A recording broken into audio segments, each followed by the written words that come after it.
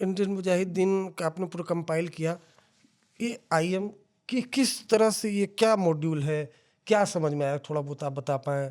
National international level तक क्या ये भी बातें आई कि उस इंडियन मुजाहिदीन के कई लोग आईएसआईएस में शामिल हुए, सीरिया गए देखिए, क्या? वैसे अगर आप देखिएगा तो इसको मैं कहूँगा एज अ टेररिस्ट गैंग।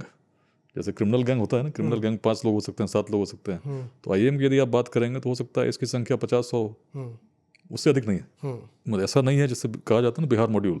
तो बिहार मॉड्यूल मतलब जो लड़के थे वो बिहार के थे। ऐसा दरभंगा मॉड्यूल। दरभंगा मॉड्यूल, तो दरभंगा मतलब ऐसा नहीं पूरा दरभंगा टेररिस्ट है। बट हाँ, 4-5 लोग थे दरभंगा में जो इस ग्रुप से जुड़े। तो ग्रुप का नाम बड़ा फेमस हो जाता है, बट बहुत कम लोग हैं जो अभी भी टेररिज्म की ओर बढ़ते हैं। इंडियन मुजाहिदीन ऐसे ही भटके हुए युवकों का एक समूह था, जिसको उनके हैंडलर्स जो पाकिस्तान में थे उस समय, जो उनके द्वारा गाइड भी किया जाता था, फाइनेंस भी किया जाता था, और अलग अलग घटनाओं के लिए प्रेरित किया जाता था। तो टारगेट्स ये अपने चुना करते थे, कुछ टारगेट्स इनको मिला करते थे। और एक मॉड्यूल तैयार करना, मतलब कि एक शहर में कुछ लोगों को तैयार करना आसान नहीं था। इसमें 1 से 1.5 साल का समय लगता था। तो पहले शुरुआत तो इनकी वहाँ से मुंबई से हुई थी, ट्रॉम्बे के हैं चिता कैंप। उसके बाद धीरे धीरे आजमगढ़ में कुछ लड़के जुड़े, और जब दिल्ली में इनकाउंटर हुआ बटला हाउस में, उसके बाद पूरे अफरा तफरी मच गई थी, लोग भाग रहे थे। उसी बीच में उन्होंने जाकर के फिर दरभंगा में शरण ली, और उस समय कोई जानता भी नहीं था कि कौन है। बड़ी इंटरेस्टिंग बातें चार्जशीट में आई जब हम लोग इन्वेस्टिगेट कर रहे थे। बीच में पकड़े भी गए, परंतु पुलिस जानती नहीं थी। कौन पकड़ा कोलकाता गया? में, यासीन भटकल। तो कोलकाता, सॉरी, ऑन रिकॉर्ड चीज़ें हैं। करीब 4 महीने जेल में भी रहना पड़ा, बट पुलिस को पता ही नहीं था कि मोस्ट वांटेड हमारे जेल में। और फिर जब छूटे तो फिर अगला जर्मन बेकरी ब्लास्ट हुआ पुणे में। तो बहुत सारी चीज़ें उसमें सीखने को ये मिली कि जो डॉक्यूमेंटेशन हमारा है राष्ट्रीय स्तर पे, उसमें बहुत कमियां थी। जैसे किसी व्यक्ति को यदि बाकी स्टेट की पुलिस खोज रही है, तो किसी तीसरे स्टेट में वो व्यक्ति पकड़ा भी जा रहा है तो बाकी स्टेट को पता नहीं चल रहा है। तो CCTNS के आने से काफ़ी चीज़ों में फ़र्क पड़ने की संभावना है, लेकिन उस समय तक ये चीज़ें उस प्रबल रूप में नहीं थी। तो इसीलिए बहुत आसानी से कुछ नया नाम लेकर, कुछ फर्जी आई कार्ड बनाकर लोग पकड़े भी जा रहे थे और छूट भी जा रहे थे, जबकि उनकी तलाश अन्य राज्यों की पुलिस कर रही थी। तो इसमें जब जितने ग्रुप्स थे इन पर कार्रवाई हो गई, तो नए ग्रुप्स खड़ा करने में काफ़ी समय लगता है। लेकिन दिक्कत तब हुई जब जो फॉरेन से फंडिंग आ रही थी, उसमें भी इन्वेस्टिगेशन में जब लोग पकड़े गए, वहाँ से लाए गए, बहुत फर्क पड़ा उससे। यासीन भटकल, मैं आपको बता दूं दोस्तों, इंडियन मुजाहिदीन का खूंखार कमांडर था यासीन भटकल उर्फ अहमद सिद्दी बप्पा, जिसे नेपाल से गिरफ्तार किया गया था। देश के अलग अलग शहरों में उसने बम धमाके किए थे। और यासीन भटकल को भी इंटरोगेट विकास वैभव ने किया था, और भारत जब वो लाया गया तो उसे गिरफ्तार भी NIA ने किया था। यासीन भटकल बहुत एक खूंखार शातिर किस्म का आतंकी था। और इंडिया मोस्ट वांटेड एक मूवी आई है जिसमें शाहरुख खान को विदेश में एक एयरपोर्ट पर रोका जाता है। वो उसके पीछे एक वजह ये भी बताई जाती है कि यासीन भटकल जब मोस्ट वांटेड था तो उसने कई अलग अलग नाम रखे थे, जिसमें एक नाम शाहरुख भी था। बिल्कुल बिल्कुल। क्या था सर वो किससे? बहुत सारे नाम थे, शाहरुख भी एक नाम था उसमें। देखिए, इसमें बहुत व्यक्ति आदमी का नाम लेना मैं कभी पसंद नहीं करता ठीक है हूँ। सर, उसमें एक जो टेररिस्ट ग्रुप्स था वो, उसमें उस प्रकार से कार्रवाई चल रही थी, और he was India's most wanted उस समय पर, इसमें कहीं कोई संदेह नहीं है।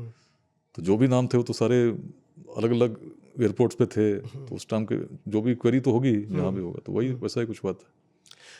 यासीन भटकल के बारे में बताइए जरा मुझे प्लीज़, क्योंकि मैंने काफ़ी फॉलो किया था उसकी हर एक्टिविटीज़ को। वो एक टेररिस्ट था जिसको लेकर मैं आपसे, अदर एजेंसी से पूछता था।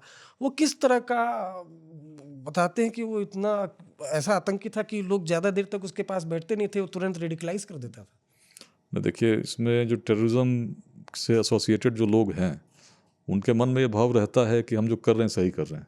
कहीं से उनके मन में कोई रिग्रेट नहीं था पकड़े जाने के बाद भी, और कहीं ना कहीं उन्हें लगता था कि उनका अपना धार्मिक कर्तव्य कह लीजिए या उस प्रकार का है, जो उनकी मंशा, जो जिस तरह से उनको ब्रेन वॉश किया गया था।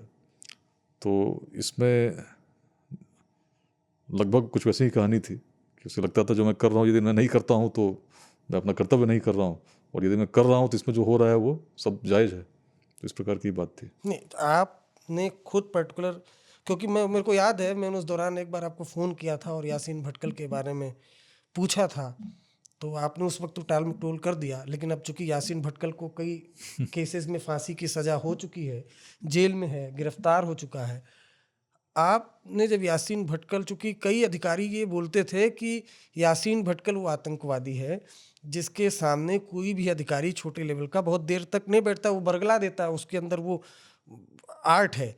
आपने उसको इंट्रोगेट किया होगा। देखिए, सिंपल सी बात है, यदि कोई ऐसा व्यक्ति जिसको समझ नहीं हो, जिसको अनुभव नहीं हो, वैसे व्यक्ति के लिए हो सकता है। और टेररिस्ट ग्रुप तो ऐसे ही लोगों को टारगेट करते हैं। तो जितने भी यूथ दरभंगा में जुड़े या अन्य स्थानों पर जुड़े, तो ऐसे लोग थे जो बिल्कुल ही इनोसेंट थे उस समय तक, और हो सकता है रिलीजियस रहे होंगे, जाते होंगे, लेकिन उन्होंने भी नहीं सोचा होगा कि हम कभी जाकर टेररिस्ट बनेंगे। तो इस व्यक्ति में एक गुण था कि वो उनके अंदर वो समझा दिया करता था कि ऐसा नहीं करोगे तो तुम्हारा नुकसान है। तो इसीलिए अच्छे से जहाँ भी रहा उसने ऐसे लोगों को तैयार कर दिया। समस्तीपुर रहा तो वहाँ भी तैयार, इसने जो दिल्ली में थे उनसे समस्तीपुर का लड़का तैयार हो गया। दरभंगा रहा, वहाँ अपने आसपास जो भी थे उनको इसने तैयार कर दिया और मोटिवेट किया करता था, मोटिवेट भी करता था। और उसमें जैसे जर्मन बेकरी ब्लास्ट हुआ, तो जर्मन बेकरी ब्लास्ट में इसके साथ अब जो नहीं रहा कतील सिद्दीकी है ना, तो उसमें 2 लोग साथ गए थे और 2 जगह ब्लास्ट होने थे। तो उसमें कतील सिद्दीकी को भी मैंने इंट्रोगेट किया था उस समय जब था। तो एक और प्लान था कि मुंबई के किसी मंदिर में जाके ब्लास्ट करना है, लेकिन वो डर गया पुलिस को देखकर, उसने फिर वहाँ बैग नहीं रखा, वो बैग जाकर समुद्र में डाल दिया। ऐसी बात इन्वेस्टिगेशन में आई, तो इसने बाद उसको बहुत समझाया। और तब जाकर अगली बार जब ब्लास्ट हुआ तो चिन्ना स्वामी स्टेडियम में जाकर के ब्लास्ट होता है। तो इसमें कैपेसिटी थी लोगों को समझाने की, because he was convinced what he is doing is right. और ये बात बड़ी कठिन है। इसमें देखिए कहीं ना कहीं बात आती है रेडिकलाइजेशन की, कि जो माइंड्स हैं कैसे क्यों रेडिकलाइज हो रहे हैं। इसमें पूरे समाज की भूमिका है, इसमें देखना होगा जो यूथ हमारे हैं। लेकिन यही मैं फिर से कह रहा हूँ कि बहुत कम संख्या है। यदि आप परसेंटेज के हिसाब से देखें, बहुत ही कम लोग थे जो इस ग्रुप में थे, लेकिन ये भी क्यों गए, ये एक प्रश्न है। और ऐसे लोगों को कैसे हम नहीं जाने दें, क्योंकि ultimately we are looking for a nation जो सर्वधर्म संभाव हो, सब लोग आसपास रह सकें। यही भारत की विशेषता भी है और भारत इसी ओर बढ़ना चाहता भी है, हमारी अवधारणा भी यही है। तो इसमें यदि टेररिस्ट अटैक्स होंगे तो निश्चित है कि पूरे राष्ट्र में एक हलचल मचती है, जो कि नहीं होनी चाहिए। तो जितने भी लोग टेररिस्ट ग्रुप्स में जुड़े, उनसे भी हमें सीखने का बहुत बड़ा अवसर है कि क्यों जुड़े, रेडिकलाइज कैसे हुए। उस समय कहीं ना कहीं आसपास की जो उनकी स्थिति चल रही थी उसमें कोई ऐसा टीचर रहा होगा जिसने कुछ बातें की, उसका रोल रहा होगा। ऐसे लोगों पर कार्रवाई बड़ी ज़रूरी है। और जैसे अब एक बड़े प्रीचर हैं जो भारत से बाहर चले गए, उनकी बातों से, उनके टॉक से लोग बड़े इंस्पायर होते थे। तो ऐसे लोगों पर बड़ी कार्रवाई बहुत आगे जाकर हुई, लेकिन कार्रवाई होनी बड़ी आवश्यक है।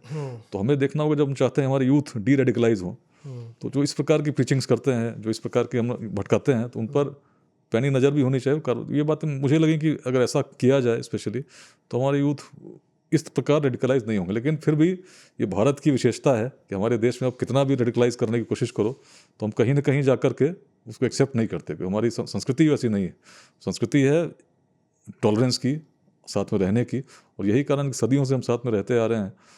अवश्य है कुछ लोग भटकाने वाले रहते हैं, और यही कारण था कभी एक पार्टीशन भी हम लोगों ने झेला है जब भटकाने वाले लोग थे।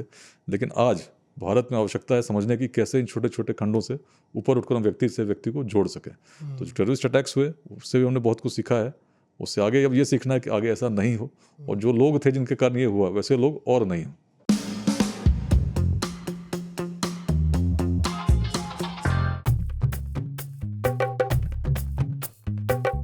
हाँ भाई, रे मुझे कोई दे जार छोड़िए, कार लग रहा है। अरे क्या बात की हो, उसे मान नकली नहीं अकेला वाला समझदा।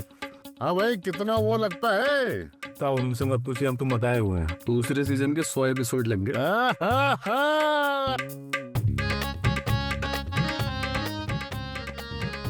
गाड़ी चलेगी, हवा लगेगी।